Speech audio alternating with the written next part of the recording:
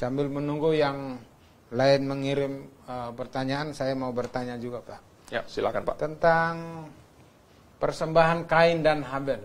Apakah ini ada kaitannya dengan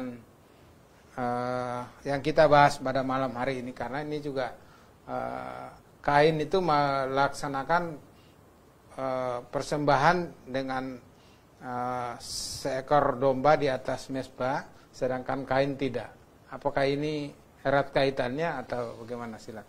Ya, jadi kalau Anda baca di dalam Kejadian pasal 4, ya, mulai dari ayat 1, kita baca ada 2 kakak beradik yang mempersembahkan korban. Ya. Tetapi rupanya, yang satu tidak disetujui oleh Tuhan, tidak diterima, ya, ditolak oleh Tuhan. Dan apa yang membuat Tuhan menolaknya? Jelas karena persembahan Kain tidak sesuai dengan gambaran juru selamat itu. Ya. Nah, karena gambaran juru selamat itu harus domba. Ya, tidak bisa diganti dengan babi. Tidak bisa diganti dengan sayur-sayuran. Harus domba sesuai dengan yang Tuhan inginkan. Nah, ini menunjukkan bahwa barangkali Kain tidak benar-benar mengerti apa makna domba itu. Makanya dia tidak mau pakai domba. Kalau seseorang mengerti, ya, harus pakai domba karena domba ini melambangkan sang juru selamat, lalu dia masih ngotot mau pakai yang lain, mau pakai sayur, itu artinya dia membangkang terhadap Tuhan. Itu artinya dia sengaja mau berkata, Tuhan, perintahmu itu saya tidak mau ikut. Nah, wajar sekali apabila kemudian Tuhan menolak. Kalau Tuhan memberikan perintah, tidak mungkin tidak disertai dengan pengertian.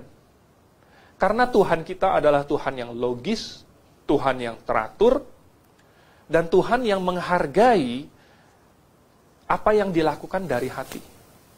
Nah, sesuatu yang tidak kita mengerti, tidak mungkin bisa kita lakukan dengan segenap hati kita, dengan segenap akal budi kita. Ya. Karena kita tidak mengerti. Oleh sebab itu, ketika Tuhan memberi perintah, dan Habel melakukannya dan Tuhan senang, artinya Habel melakukannya seperti yang Tuhan inginkan. Dan Habel memiliki pengertian yang benar. Ya. Tetapi karena Kain tidak memiliki pengertian yang sama, dia tidak melakukannya dengan benar. Begitu. Nah, banyak orang hari ini sama. Dia berpikir bahwa datang ke gereja, ya, atau melakukan ibadah lainnya, bahkan dia pikir saya ikut perjamuan, atau bahkan ikut persekutuan, atau memberikan persembahan, dia pikir apakah Tuhan akan senang? Sesungguhnya yang Tuhan senang itu adalah apabila ada iman yang benar di dalam kita, dan apabila kita melakukannya dengan tepat sesuai dengan yang Tuhan inginkan. Banyak orang berpikir bahwa asal ke gereja saja, ya sudah, Tuhan sudah senang. Tetapi kalau bukan gereja yang sesuai dengan Alkitab, saya katakan, itu tidak menyenangkan hati Tuhan. Orang sembarangan saja melakukan pelayanan. Kalau bukan pelayanan yang sesuai dengan firman Tuhan, saya katakan, Tuhan tidak senang. Oleh sebab itu, pengertian yang kita dapatkan di perjanjian baru maupun perjanjian lama, ini barulah kita terapkan ke dalam setiap tindakan hidup kita, supaya tindakan kita itu sesuai dengan firman Tuhan dan Tuhan senang.